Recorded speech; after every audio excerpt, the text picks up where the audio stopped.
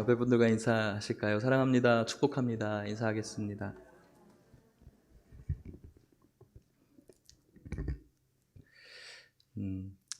잘 지내셨죠? 네. 자, 한번 또 출석을 불러볼게요. 여러분 출석 부를 때 혹시 되게 궁금하셨죠? 어떤 분위기였나? 네, 이런 분위기일 거예요, 아마. 별로 그런 분위기 아니에요. 자, 불러보겠습니다. 믿음 일순. 네, 그래서 조금 있으니까 낫다. 우리 계속 불러야겠어요. 나중에 코로나가 없어도. 네, 믿음 이순. 네, 믿음 삼순. 소망 일순. 소망 이순. 소망 삼순. 이렇게 내내 나올지를 안 하는데, 네. 소망 사순. 네. 사랑 일순. 사랑 이순. 사랑 삼순. 사랑 사순. 행복 일순. 행복 이순. 행복 삼순. 행복 사순. 행복 오순. 청년부. 네, 감사합니다. 우리 같이 한번 박수할까요? 네, 감사합니다. 그래요. 이렇게 출석 부르는데 원래는 이제 한 20분 명도 이렇게 채 안 됐으니까 거의 이렇게 여기서는 내가 별로 없었거든요. 근데 이렇게 많이 들리니까 좀 살아있는 것 같고 좋습니다.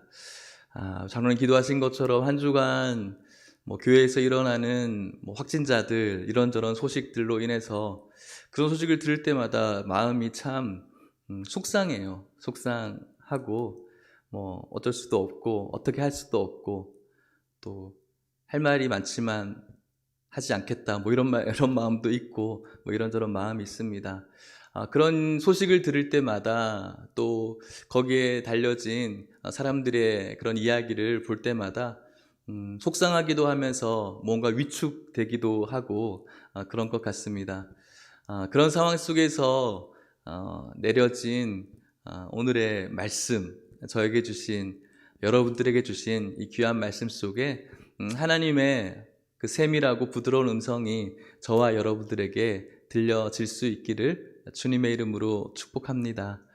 오늘 우리가 읽은 시편 42편의 말씀, 어쩌면 여러분들이 찬양으로도 들어보기도 하고 또 그런 구절들이 꽤 익숙한 구절들입니다. 이 구절을 우리가 살펴보면서 오늘날 현실 속에 하나님께서 주신 귀하신 음성이 있는데요. 시편 42편 1절 먼저에 보면 표제가 달려 있어요. 그 표제에는 이렇게 적혀 있습니다. 제가 한번 읽어볼게요. 고라 자손의 마스길, 인도자를 따라 부르는 노래라고 되어져 있습니다. 고라 자손의 마스길이라고 되어져 있죠. 이 마스길은 교훈적인 이런 뜻을 갖고 있어요. 교훈적이다, 교훈이다 이런 뜻을 갖고 있죠. 그래서 시편에 누구의 마스길 할 때 이 마스길은 교훈이라고 생각하면 되겠습니다. 오늘 시편은 누구의 마스길이라고요? 고라 자손의 마스길이라고 되어져 있습니다. 고라 자손 여러분 혹시 고라라는 이야기를 성경에 나오는 고라의 이야기를 들어본 적 있으신가요? 어떤 분들은 좀 생소하기도 하고 낯설지만 또 성경에 많이 오르내렸던 그런 이름입니다. 고라 자손.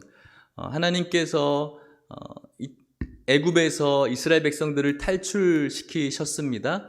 그리고 하나님께서 제사장으로 삼으신 족속이 레위 족속이었죠. 레위에 이제 증손되어지는 사람들의 족속이 고라 자손이에요. 이 고라 자손은 모세와 아론을 이렇게 대적했던 사람들과 당을 모아서 신실한 지도자였던 모세와 아론을 대적하게 되죠.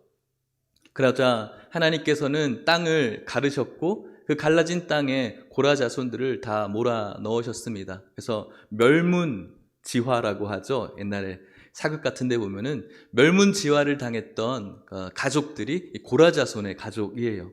그런데 그 와중에도 살아남아 있는 자들이 오늘 이 시편을 짓게 된 것입니다. 고라 자손, 살아남은 자들의 삶이 어땠을까요, 여러분? 자신의 조상들이 신실했던 지도자였던 모세와 아론을 대적했어요. 대적해서 당을 사람들을 막 모아가지고 비난하고 힐난했던 그런 비난의 역사를 가지고 있었고, 하나님께서는 그들을 저주해서 다 죽여버리셨죠. 그리고 난 다음에 살아남은 자들은 마음이 어땠을까요? 우리는 살아남아서 다행이야, 이런 마음이었을까요? 아니죠. 살아남은 자도 너무너무 힘들었죠. 수치스러운 가문의 수치를 짊어지고 살아가야 된다라는 것, 살아도 산 것이 아닐 거예요. 그런 가문의 수치를 가지고 살아가야 될 고라 자손들이 또 대대를 이어서 또 남은 자들은 가족을 이루면서 살아갔을 것입니다. 이런 자들은 어디 한번 길을 펴지도 못하고 살아갔을 거예요. 그런데 놀랍게도 이 자손은 이제 다윗 시대에 와서 이 다윗의 용맹한 용사로도 고라 자손이 나오고 있고, 또 그 후에 성전을 관리하는 성전 문지기로도 고라 자손이 일을 하기도 하고요. 또 예배, 제사를 드리는 이 예배의 찬양대로서 고라 자손들이 활약하기도 합니다. 조상들이 가지고 있는 그 수치심 때문에 늘 위축되어져서 살아가야 될 고라 자손이지만, 그렇게 살아가지 않고 하나님을 위해 싸우는 용사로, 하나님께 예배 드리는 찬양대로, 또 하나님의 집을 관리하는 성전의 문지기로 살아갈 수 있었던 것, 어떤 일이 고라 자손에게 있었을까요? 구체적으로 성경은 그것을 드러내지 않았지만 그것은 하나님의 은혜라고 생각할 수밖에 없겠죠. 그리고 이러한 고라 자손의 이런 은혜에 대한 고백이 저는 이 시편 42편에 녹아져 있다라고 생각을 합니다. 사랑하는 성도 여러분, 우리들도 마찬가지이죠. 수치, 남들이 알고 있는 수치, 그리고 나만 알고 있는 수치, 이 수치는 부끄러움은 우리를 위축되게 만들어요. 이 수치는 우리 안에 위축되게 할 뿐만 아니라 우리에게 정죄감을 들게 만들어요. 이 정죄감은 우리를 끊임없이 위축시키면서 자존감을 무너뜨리죠. 그런데 여러분, 이 위축되는 수치를 반전시킨 분이 계시죠. 그분이 누구입니까? 예수님이시죠. 예수님께서 우리가 져야 될 이 수치, 이 정죄감에서 우리를 해방시켜 주셨고, 우리는 그 놀라운 은혜로 말미암아 하나님을 예배하는 예배자가 되는 것이고, 찬양대가 되는 것이고, 또 하나님의 이 성전을 위해서 일하는 자 되는 줄 믿으시기를 바랍니다. 저와 여러분들에게 또 앞으로 인생에서 벌어질 많은 수치들이 있을 텐데, 그 수치를 가지고 뭔가 억압되어지고 위축되어지는 것, 이것은 하나님께서 원하는 것 아니에요. 그 수치가 하나님께서 주신 예수 그리스도의 십자가의 은혜로, 감사와 또 회개로 인한 기쁨으로 바뀌어질 것을 믿고, 여러분들 위축되지 마시고 예수님의 십자가의 은혜 다시 한번 기억하시면서 하나님 나라를 위해서 아름답게 쓰임 받을 수 있는 우리 모든 성도님들 되시기를 축복합니다.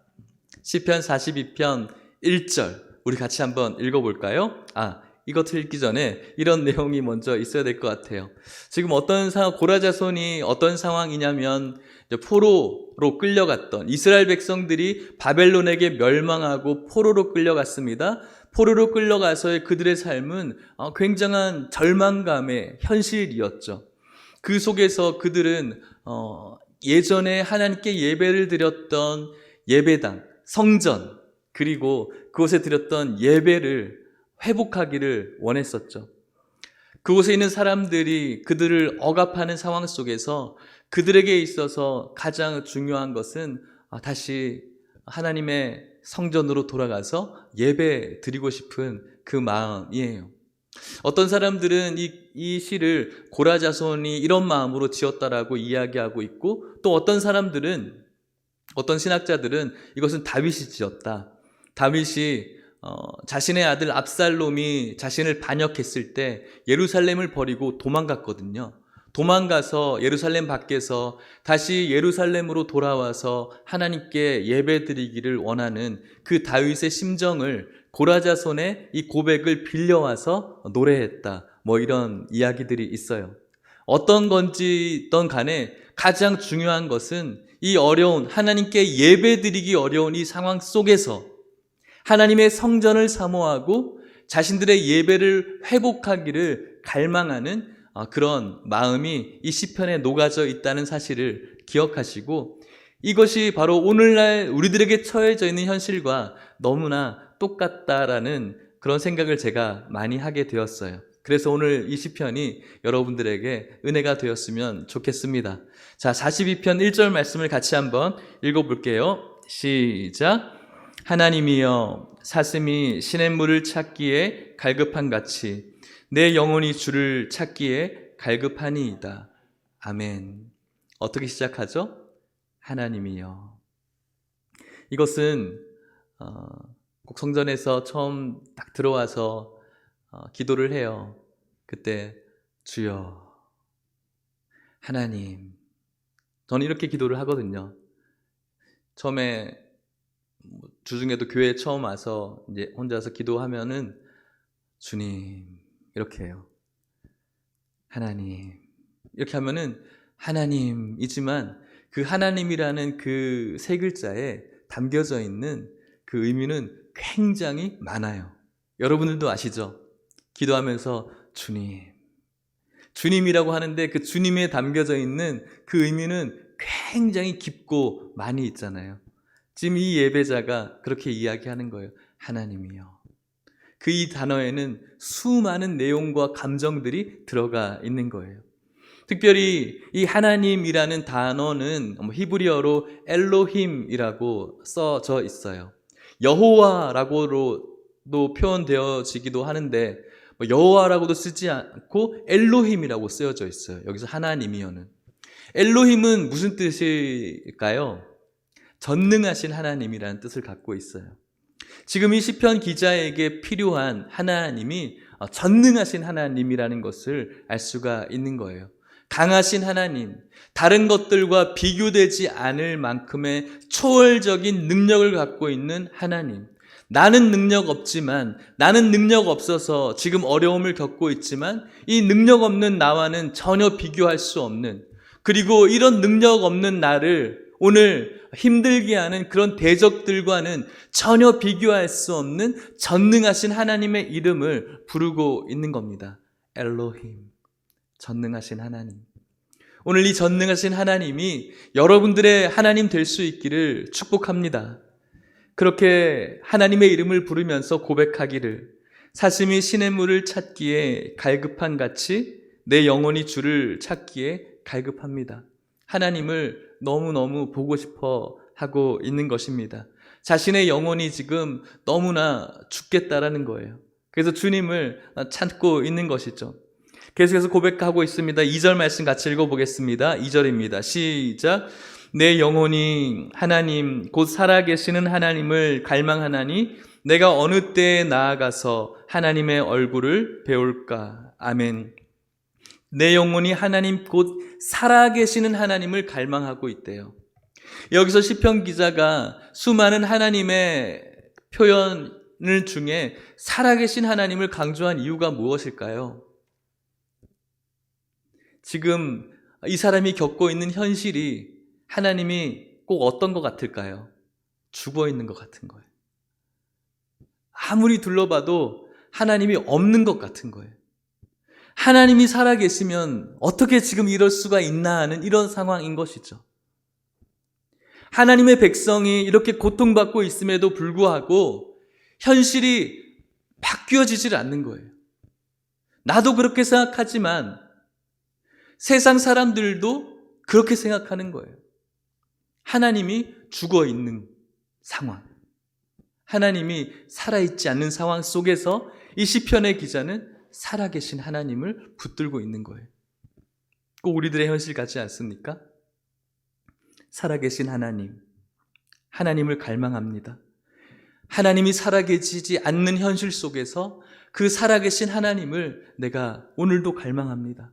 주님, 내가 어느 때에 나아가서 하나님의 얼굴을 뵙겠습니까? 여기서 하나님의 얼굴을 뵙는다라는 이 본다라는 의미는 우리가 콘서트 현장에서 저기 멀리 가수들을 보는 어떤 관객의 입장이 아니고 여기서 뵙는다라는 그 의미는 가장 친밀한 인격적인 교제. 가장 친밀한 인격적인 교제는 어디서 이루어지죠? 예배를 통해서 이루어지죠. 내가 언제쯤이면은 하나님을 배울까? 내가 살아계신 하나님을 갈망하는데 언제쯤이면 하나님께 예배를 드리고 그 예배 속에서 하나님과의 그 친밀한 교제를 할 수 있을까? 지금 그것을 이야기를 하는 것입니다. 그렇게 소망하면서 지금 자신의 형편을 또 이렇게 노래합니다. 3절 말씀을 같이 읽어볼게요. 3절입니다. 시작.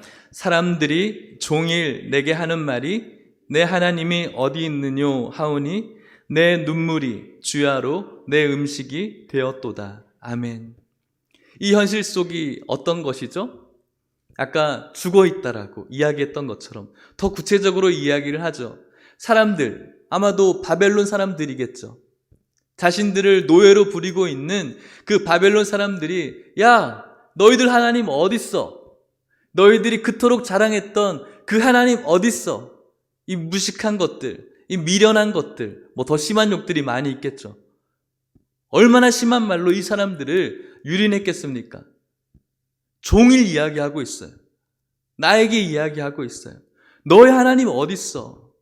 하나님이 살아있다면 너희들이 지금 이 모양 이 꼴로 살아갈 수 있어?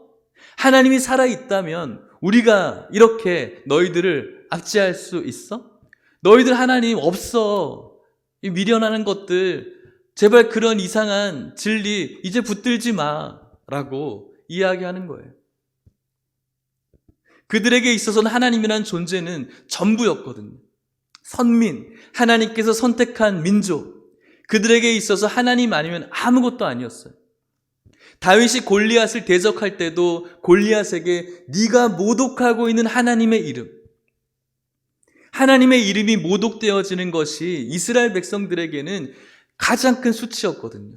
그런데 지금 자신들의 현실은 너 하나님 어딨냐고 보여달라고 이야기하는데 보여줄 수가 없고 본인들도 하나님이 없는 이 현실 속에서 할 말도 없는 거예요.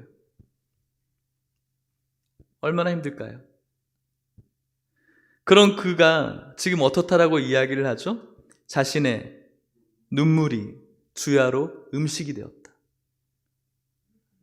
여러분들이 눈물 흘려본 적은 언제일까요? 어른이 되어가면서 참 눈물이 없어지는 것을 느끼는 것 같아요. 어린아이들은 참 눈물을 잘 흘리는데 눈물을 흘리면은 그 눈물이 이 뺨을 타고 입술로 내려가서 이 짭짤한 그런 맛을 느낄 그런 때, 시기. 그런 시기가 언제였나요, 여러분? 어제 저녁에 제 딸 아이들이 저한테 혼났어요. 말을 하도 안 들어가지고 이번에 좀 버릇을 고쳐줘야겠다 싶어서 둘 다 무릎 꿇어, 그 다음에 두 손 들어 무릎 꿇고 혼났죠. 그래서 좀 이번에는 단단히 혼내야겠다 싶어가지고 한 5분 정도 지났는데 둘째가 아빠 그러는 거예요. 왜? 너무 아파 이러더라고요. 그래서 당연히 아프라고 꿇어앉은 거야. 제가 얘기를 한 거죠. 아프라고 하는 거야. 너 말 안 들었으니까 아빠 마음, 엄마 마음 더 아파. 이렇게 얘기를 했죠. 우리는 참 손 들고 이렇게 있으면은 그런 말도 못 했는데, 그죠? 한 10분 뒤에 쓰니까 또 둘째 아이가 아빠 부르더라고요. 그래서 왜? 그러니까 팔이 빠질 것 같아. 이렇게 얘기하더라고요. 그러니까 너 이번에 혼나야 돼. 당연히 아파야 되는 거야. 그러면서 계속 손을 들게 했는데 조금 있으니까 그 아이가 눈에서 눈물이 막 이렇게 흘러서 막 줄줄줄 흐르더라고요. 그 모습을 보니까 또 제가 마음이 약해져서 둘 다 이리 와. 한 다음에 A4 2장 내밀면서 자 반성문 써.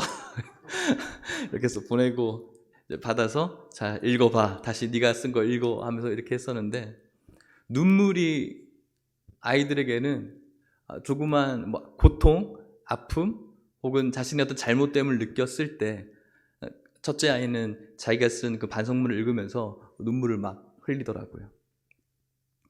참 우리들에게는 좀 그런 부분들이 많이 연약해진 것 같아요. 우리들이 어떤 고통스러울 때 엄마라는 이름으로 참아야 되는 것 같고, 또 뭔가 우리 가족에 대해서 어려움이 있어도 가장이라는 이름으로 그 눈물을 참아야 되는 것이 맞는 것 같고, 어른들은 참 참아야 되죠. 눈물 흘리는 것이 뭔가 부끄러운 일인 것 같아요. 그러다 보니까 다른 어떤 외부로부터 오는 고통과 아픔 속에서도 우린 참 눈물을 흘리지 못하는 것 같아요. 불쌍한 사람들이죠. 뿐만 아니라 잘못하는 것에 있어서도 참 눈물을 흘리지 못하는 것 같아요. 뻔뻔해지는 거죠. 아이들은 자신의 잘못된 것들을 반성문을 가지고 와서 고백할 때 부끄럽기도 하고 하면서 눈물을 흘려요. 그런데 우리들은 우리들의 잘못을 고백하는 것에도 익숙하지 않지만 그런 잘못에 눈물 흘리지 않아요. 불쌍한 사람들이죠. 그런데 오늘 시편의 기자는 눈물을 흘리고 있어요. 그 고통 속에서, 그 아픔 속에서 이 두 뺨에 눈물이 펑펑 쏟아지면서 음식이 되었다라는 거예요. 얼마나 고통스러운 삶이겠습니까? 그런 그가 다시 또 이런 고백을 합니다. 4절 말씀입니다. 같이 또 읽어볼게요. 4절입니다. 시작. 내가 전에 성인을 지키는 무리와 동행하여 기쁨과 감사의 소리를 내며 그들을 하나님의 집으로 인도하였더니 이제 이 일을 기억하고 내 마음이 상하는도다. 아멘. 내가 전에 거룩한 그 성의를 지키는 사람들과 함께 기쁨과 감사의 소리를 내서 하나님을 찬양했다라는 거예요. 그 집에서 자신은 또 인도자로서 그들을 리드했던 사람인 거예요. 옛날에 하나님의 그 거룩한 날에 사람들과 함께 예배를 드리고 찬양을 하고 기쁨의 교제를 하고 함께 모여서 이렇게 떠들었던 그때를 기억하면서 지금 내 마음이 상하고 있다라는 거예요. 슬프다라는 것이죠. 지금 그렇지 못한 상황이 너무 슬프다라는 거예요. 또 반면에 이와 동시에 어떤 마음이 있냐면 그때 그렇게 아름다웠고 좋았던 그 기쁨의 날들을 내가 너무나 소중하게 생각하지 못했구나라는 것을 느끼면서 슬퍼하는 거예요. 옛날에 하나님께 예배드렸던 그때를 너무나 당연하게 생각했고 예전에 예배 나와서 꾸벅꾸벅 졸았던 그날 늘 당연하게 생각했고 그냥 예배 나와서 있는 그날 아무렇지도 않게 생각했다는 거예요. 그런데 그 날이 없어져 보니까 내가 왜 그때 좀 더 하나님을 기쁘게 섬기지 못했고 내가 왜 그때의 그날 하나님께 진심을 다해서 예배드리지 못했는가를 지금 반성하며 또 슬퍼하고 있는 거예요. 오늘 우리들의 모습은 어떻습니까? 예전에 우리들이 드렸던 그 예배가 일상이라서 감사하지 못하고 다 함께 모여서 가족들이 나와서 아이들과 함께 예배드리고 하나님을 찬양하고 기도하고 기도회하고 또 점심에 식사를 같이 하며 밥을 같이 하며 교제하고 또 주중에 만나서 순모임을 하고 했던 그때 그것이 우리들에게는 일상이었고 이제는 좀 너무 힘들어 모이는 것도 힘들어 라고 했던 푸념했던 그때 그것이 우리들에게는 오늘날 감사의 때 아니었습니까, 여러분? 그때를 회상하면서 왜 우리가 그때는 더 아름답게 주님을 예배하지 못했는가? 그것을 우리가 살펴볼 수 있다면 저는 그것이 은혜라고 생각합니다. 사랑하는 성도 여러분, 오늘도 우리들에게는 은혜인 줄 믿으시길 바랍니다. 앞으로 상황이 좋게 변하든 나쁘게 변하든 우리는 알 길 없지만 오늘 우리들에게 처해져 있는 이 상황도 우리들에게는 은혜라는 사실을 믿을 수 있기를 축복합니다. 그렇기 때문에 먼 훗날 또 오늘을 바라보면서 왜 그때 나는 그렇게 하나님께 예배드리지 못했나?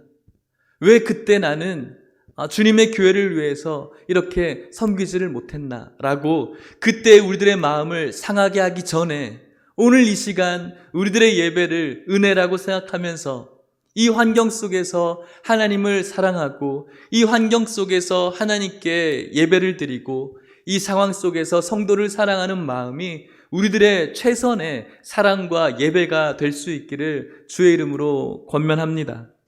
그런데 여러분, 이 사람이 5절에 자신에게 해결책을 내세웁니다. 놀라운 고백이죠. 5절 말씀 같이 읽겠습니다. 시작. 내 영혼아, 네가 어찌하여 낙심하며 어찌하여 내 속에서 불안해하는가? 너는 하나님께 소망을 두라. 그가 나타나 도우심으로 말미암아 내가 여전히 찬송하리로다. 아멘. 지금 여기서 하나님께서 짠하고 나타나서 이 사람의 문제를 해결해 줬다라는 그런 게 없어요.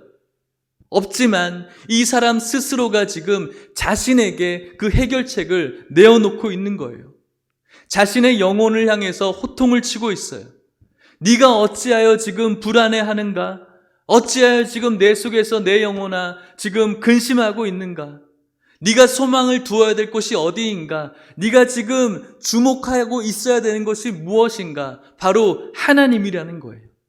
하나님께 참 소망을 두라고 자신에게 지금 선언하고 있는 거예요.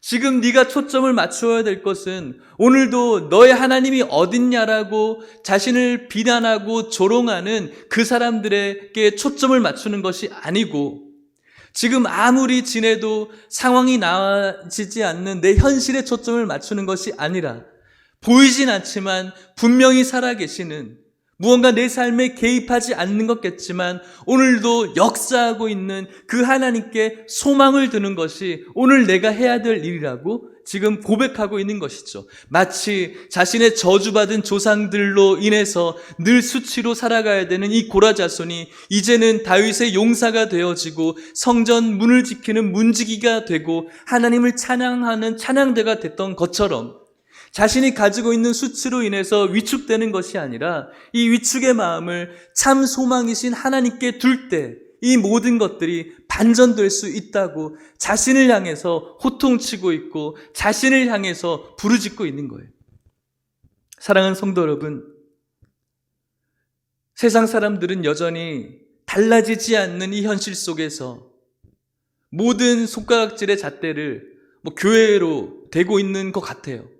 마치 초대교회 시절에 네로 황제가 로마를 불태웠을 때 기독교인들이 로마를 불태웠다라는 그런 소문을 내서 많은 사람들이 기독교인들을 박해했던 것처럼, 무언지는 잘 모르겠지만 이 모든 또 확산의 발달이 교회인 것처럼 사람들이 생각하고 있는 것 같아요.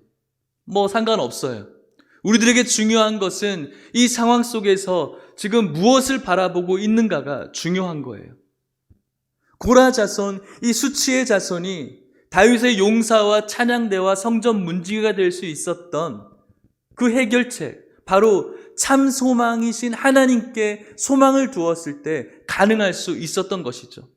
위축되며 살아갈 수밖에 없는 현실이었지만 위축되지 않고 자신 스스로에게 내가 위축될 만한 상황에 초점을 두어서는 안 되고 우리의 소망이신 하나님께 초점을 두라고 이야기하는 것이죠. 그리고 어떻게 고백합니까? 분명히 그가 나타나 도우실 것이고 나는 오늘도 여전히 하나님을 찬송하겠다라는 거예요. 사람들이 우리를 향해서 무언가를 이야기하고 더 이상 우리가 믿는 하나님을 나 스스로도 뭔가 잘못된 것처럼, 나 스스로도 하나님을 찬송하지 못할 것처럼 내 스스로가 이야기하지만 그렇지 않다라는 거예요. 참 소망이신 하나님을 바라보면서 오늘도 나는 여전히 나의 하나님을 찬송하겠다라는 것이죠. 이런 삶을 삶으로 말미암아 어떤 일이 벌어졌습니까? 여전히 변하지 않는 이 사람에게는 현실이었지만 70년의 시간이 지나고 난 다음에 하나님께서는 이 바벨론을 페르시아로 무너뜨리셨고 이 사람들은 해방되었죠. 사랑하는 성도 여러분, 우리는 오늘만 살아가는 인생이 아니라 영원을 살아가는 인생임을 믿을 수 있기를 축복합니다. 오늘만 살아가는 눈앞에 있는 그 어려움에 초점을 맞추고 위축되어져 가는 그런 인생이 아니라 보이지 않는 이 하나님이지만 그분에게 하나님 소망을 두고 여전히 찬송할 수 있는 그런 하나님의 백성이 될 수 있기를 주님의 이름으로 간절히 축복합니다. 말씀을 마치려고 합니다. 오늘 시편 이 42편 1절 말씀에는 사슴이 나오고 있습니다. 갈급해 있는 사슴, 시냇물을 갈급해 있는 사슴. 여러분들 이 사슴을 한번 떠올려 보십시오. 그리고 이 사슴이 어떤 이미지로 지금 물을 찾고 있을까 한번 여러분들의 상상력을 가지고 생각해 보십시오. 그림을 그려보세요. 멋진 아름다운 나무가 있고 그리고 그 밑에는 또 아름다운 시냇물이 있어서 거기서 이쁜 사슴이 물을 먹고 있는 그것을 떠올리신다면 그것은 큰 착각입니다. 여기서 나오는 사슴은 그렇게 아름다운 사슴이 아니에요. 이 지방에 우기가 지나고 건기가 되었을 때는 모든 샘들이 다 말라버려요. 있던 강도 없어져요. 사슴에게 있어서는 이 물은 생명과 같아요. 옛날에 동네 다니던 이 동네에 개들이 많이 다니는데 요즘은 없어요. 침을 질질 흘리고 다니는 개들 보신 적 있죠? 소들도 이렇게 침을 막 질질 흘리고 다니고 사슴이 지금 그런 상태예요. 마실 물이 없어서 침을 질질 흘리는 그런 모습으로 지금 물을 찾고 있는 거예요. 분명히 자신이 얼마 전까지만 해도 마실 수 있었던 샘에 갔는데 물이 없어요. 말라버렸거든요. 이 사슴은 살아야 돼요. 그래서 다시 다른 물을 찾아요. 옛날에 거기도 있었지 막 달려가는 거예요. 그런데 거기 가보니까 없는 거예요. 이 사슴은 이제 죽게 됐어요. 목에 물이 하나도 남아있지 않아요. 침도 나오지 않아요. 또 막 달려가요. 그런데 거기 샘에 가보니 거기도 말라있는 거예요. 죽을 수밖에 없는 그 심정인 거죠. 그 갈급함을 가지고 지금 시냇물을 찾고 있는 거예요. 아름다운 사슴이 아니에요. 가장 비참해 보이는 물 없으면은 죽을 수밖에 없는. 그런데 여러분 이 사슴이 어떤 마음으로 어떤 모양으로 찾을까요? 그 샘을 옮겨 다니는 과정 가운데 이 시냇물을 찾는 과정 가운데 그 길이 막 초원을 달리는 아름다운 길이 아니라 사자와 호랑이 이런 자신을 잡아먹을 맹수들이 우글우글한 상황이에요. 자신의 몸을 핥히는 가시덤불이 우글우글한 곳이에요. 그래도 그 사슴은 자신이 살려면 그 우글우글한 그 짐승을 지나가야 돼요. 자신이 살려면 그 자신의 피부를 핥히는 가시덤불도 아무렇지 않게 뛰어넘어야 돼요. 이것이 사슴의 모습이에요. 이렇게 지금 주님을 찾고 있는 거예요. 동시에 그만큼 예배를 사모하고 있는 거예요.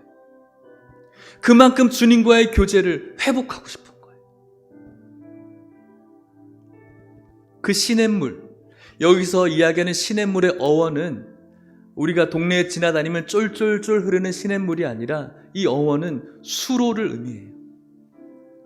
1년 365일 마르지 않고 흘러다니는 그 수로가 여기서 이야기하는 시냇물이에요.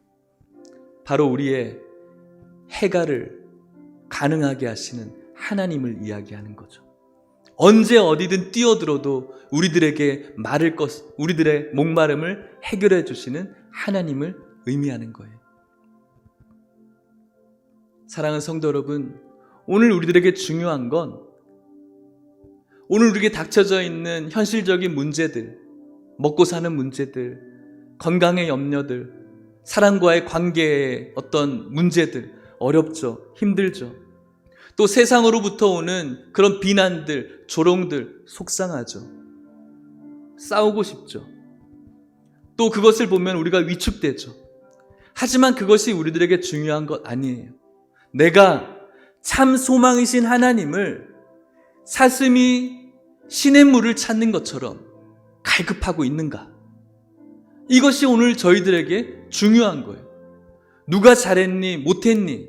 지금 우리 성도들에게는 이게 중요한 게 아니에요.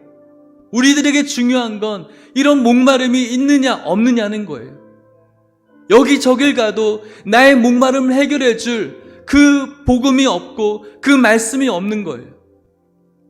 그 말씀과 복음의 그 은혜를 내가 지금 회복하느냐 회복하지 못하느냐가 지금 나에게 가장 중요한 문제예요. 성도들에게. 그리고 어떠한 문제가 있더라도 세상 사람들이 너희들 하나님 어딨어? 이 무식한 것들아, 그거 거짓말이야, 뻥이야, 정신 차려. 우리들의 이 가치관을 뒤흔들어 놓지만 그런 가치관 속에서도 여전히 하나님을 찬송하는 것. 그것이 바로 오늘도 사슴이 시냇물을 찾아 헤매이는 성도들의 진정한 모습이라는 것이죠. 하나님 보이지 않죠. 답답하죠. 운전을 하다가 이제 옆 차선을 옮길 때 보면은 옆에 사이드 미러를 보고 우리가 들어가기도 하죠. 어떻게 하다 보면은 그 뒷차와의 거리가 안 맞아서 뒷사람이 빵 할 때가 있어요. 그런데 그 사이드 미러의 밑에 이런 글귀가 써져 있어요. 사물이 거울에 보이는 것보다 가까이 있음. 그게 떠올랐어요. 사랑하는 여러분, 하나님은 우리가 생각하는 것보다 가까이 있어요. 보이지 않아서 없는 것 같지만, 여러분들의 상황이 역전되지 않아서 꼭 하나님이 죽어 있는 것 같지만 그렇지 않아요. 하나님께서는 우리들이 생각하는 것보다 훨씬 가까이 있습니다. 그 살아계신 하나님께 소망을 두고 오늘 여러분들의 현실 속에 전혀 위축함 없이 여전히 전에도 그랬던 것처럼 오늘도 그 하나님을 찬송할 수 있기를 주의 이름으로 축복합니다. 우리의 왕이시고 우리의 힘이시고 우리의 방패이시고 우리의 능력 되시는 그 하나님, 그 하나님은 오늘도 여전히 찬송할 수 있는, 그래서 고라자손이, 수치스러운 고라자손이 놀라운 고백을 하는 이 고라자신으로 변화했던 것처럼 우리 역시도 그 수치에서 위축되는 삶이 아니라 주님 존전에서 찬양하며 주님의 존전의 성전 문지기로 주님을 섬기며 찬양대로 하나님을 찬양하는 기쁨이 가득한 예배자 될 수 있기를 주님의 이름으로 축복합니다. 같이 찬양하고 기도하겠습니다. 목마른 사슴 시냇물을 찾아.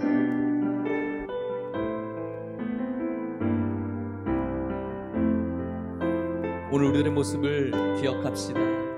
목마른 사슴, 목마른 사슴씨 내 물을 찾아 헤매이듯이 내 영혼 주를 찾기에 갈급하. 다시 한번 고백합시다. 목마른 사슴, 목마른 사슴씨 헤매이듯이 내 영혼 주를 찾기에 갈급하나이다.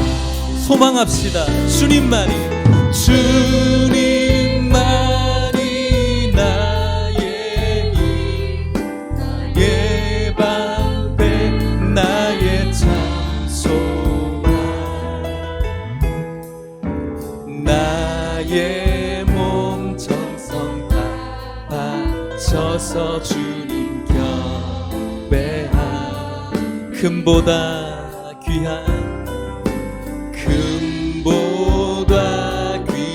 나의 주님 내게 만족 주시소. 당신만이 나 기쁨 또한 나의 참. 소망합시다. 주님만이 나의 힘, 나의 방패 나의 참 소망 나의 몸 정성 다 바쳐서 주님 우리의 소망 되신 주님을 향해서 외칠까요?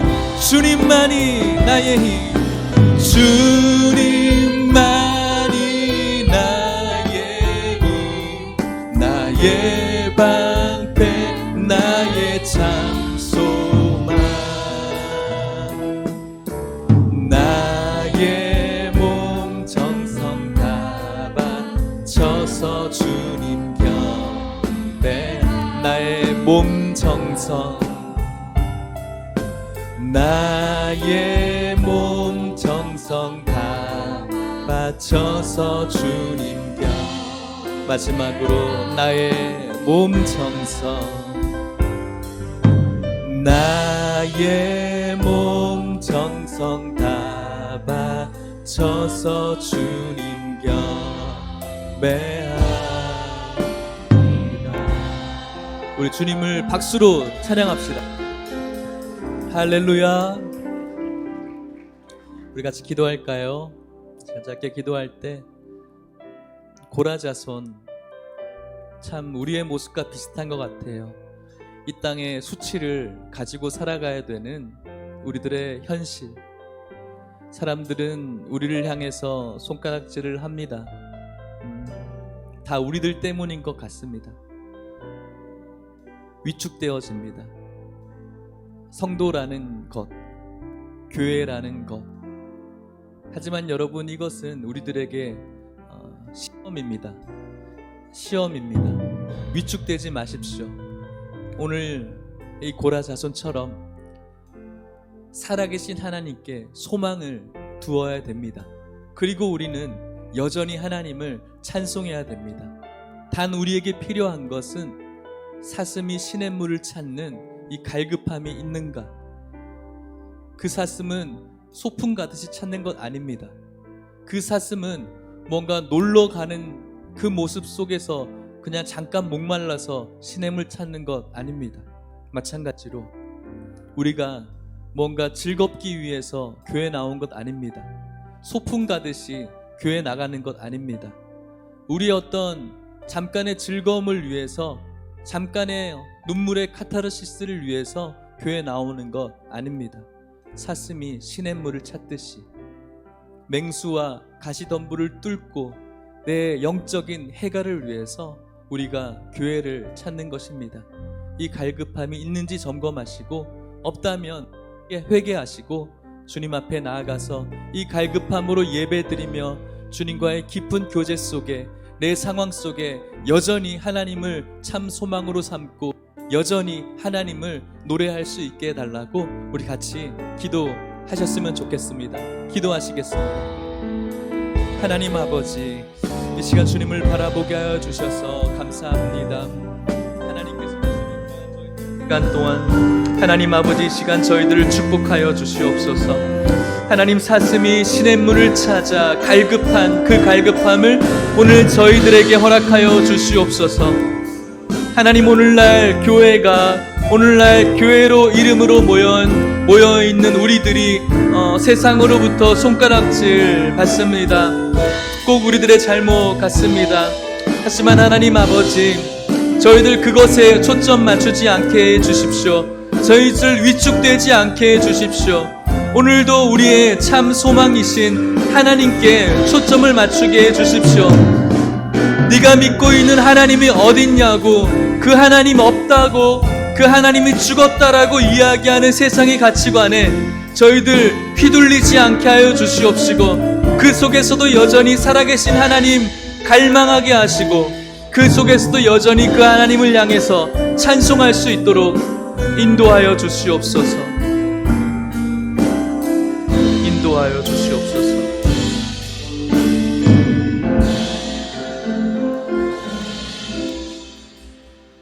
살아계신 하나님 아버지, 전능하신 하나님 아버지, 참 소망 되신 하나님 아버지, 오늘도 예배 자리로 저희들을 불러주심을 감사합니다. 소풍 나오듯이 저희들 나오지 않았습니다. 놀러 가듯이 저희들 나오지 않았습니다. 사슴이 시냇물을 찾듯이 온갖 맹수들과 가시덤불을 헤치고 영적인 목마름으로 주님 앞에 나왔습니다. 하나님 아버지, 목마름을 어떻게 하겠습니까? 아버지, 목마름을 어떻게 할까요?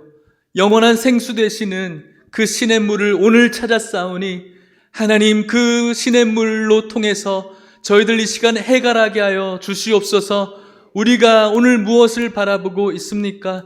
오늘날 신은 죽었다. 우리가 믿고 있는 신은 없다. 거짓말이다. 우리들을 향해서 무식하다, 미련하다, 어리석다라고 이야기하는 그 이야기에 우리가 휘둘리지 않게 하여 주시옵소서.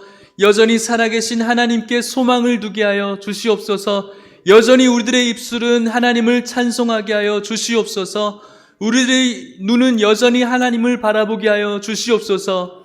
여전히 우리는 예수 그리스도의 십자가를 붙드는 주님의 군사가 되어지게 하여 주시옵소서. 여전히 우리는 예수 그리스도의 십자가의 보혈에 은혜 받은 성도가 되어지게 하여 주시옵소서. 지금은 예수 그리스도의 은혜와 하나님의 사랑과 성령의 교통하심이 세상 많은 사람들이 너희 하나님이 어디 있느냐라고 이야기하는 이 현실 속에서 조금 더 나아질 것 같지 않는 이런 현실 속에서 우리들의 심령과 믿음이 위축되어지지 않고 소망 되시는 하나님을 오늘도 여전히 바라보며 여전히 그분을 노래하고 여전히 그분을 예배하고 여전히 그분께 기도하며 여전히 그분께 은혜의 모습으로 나아가기를 원하는 참 기쁨의 예배자 되기를 갈망하는 오늘 이곳에 있는 모든 성도들과 이들의 가정과 사랑하는 하나님 예일교회 위에 이제부터 영원토록 함께 있을지어다. 아멘.